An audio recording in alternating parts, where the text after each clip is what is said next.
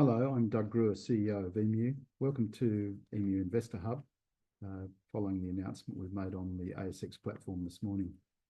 We're incredibly excited with this announcement. It's resulted from the field activities that we've completed in July and August, which sampled over 1,150 termite mounds, which are measured by XRF methodology. And we've been able to identify significant expansion of our original Fiery Creek copper prospect discovery, which we announced to the market in April. The area to the west of Fiery Creek has now been extended considerably, and following this very long shear zone structure, we've been able to identify a combined area of around 8 square kilometres of highly anomalous copper on surface. The new area we've identified and called the Yataga Valley Copper Prospect. So alongside Fiery Creek, we now have two prospects, the original discovery zone at Fiery Creek and the new Yataga Valley Copper Prospect. We've called the whole project the Yataga Copper Project.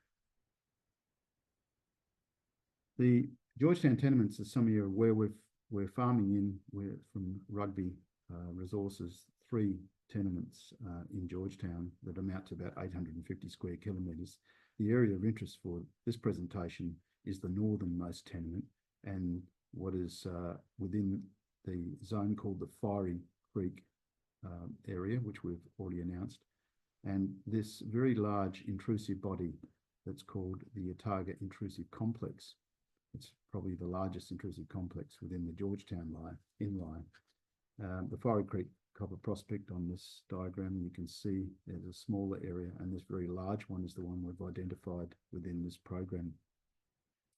This is the Yataga Valley Copper Prospect, and this is the Fiery Creek Prospect. The areas, the coloured areas, illustrate the areas that we've now mapped with geochemistry largely, and also with rock collection in August when we finished the program. The coloured area, the more purple and mauve colours, indicate the areas that we're calling highly anomalous, and they represent anything over 150 parts per million on the XRF. That would indicate 5 to, I think, 25 times the crustal abundance of copper within granitoid, within the granitoid features such as this. So we're extremely excited about this. And also you can see that there are other areas within the intrusive complex that we haven't even been to yet. So there is a possibility that we've got further copper mineralisation. However, this is a very, very large area that we've identified to date. We've been very, very fortunate to be able to secure the services of Dr. Greg Morrison, who is a well-known Queensland geologist who has extensive experience, 45 years experience, studying the systems similar to this, the metallogenic systems similar to this in Queensland. Greg is known globally for his expertise in these systems, and particularly in this area.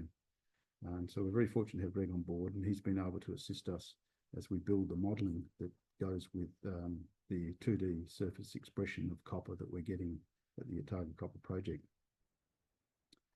This illustrates, again, a similar map, but just showing the structures, the shear zone running through the Yataga Valley Prospect and the offset at Fiery Creek. Both of these prospects offering very, very tantalising opportunities in the future for drilling, we think. The modelling has shown us that we have a very similar model to the Highland Valley ore deposit in British Columbia in Canada, which is a very large, that's the largest open cut copper project in Canada. The erosion over the 285 million years has shown us that we're illustrating to us in the model here that both our prospects, the Fiery Creek Prospect and the Yataga Valley Prospect, have probably been eroded down to almost to the top of the surface of the source. So if this is the case, and it will be determined soon, we hope, with the geophysics, we'll get some 3D, three-dimensional geometry from the geophysics surveys. We'll be able to tell how close we are to the source. if it goes well, I mean, we're hoping that we're close to open cut in some, open cuttable sources. It's a matter of finding the concentrations of copper, given that we've got this enormous expression on surface. We've got more work to do to find the concentrations, and that'll give us the best drill vectors as we move forward. And as we enter now the wet season in Queensland, our activities come to a halt for 3 or 4 months. And it gives us a chance to put it all together. We've worked very hard. I think we've done altogether nearly 5 surveys on the ground up there with geochemistry. We've got an aeromag that's just been flown by, electromag that's just been flown by helicopter, and we've got a ground IPMT survey underway right now. In addition to that, we've also completed a heritage survey of the area. So until next update, which I'm hoping in the next few weeks, we'll be able to bring you an update on our gold work up there, because we've also been looking at our gold and our prospects, and you're aware that we have bonanza style gold in the area. Georgetown is well known for its gold.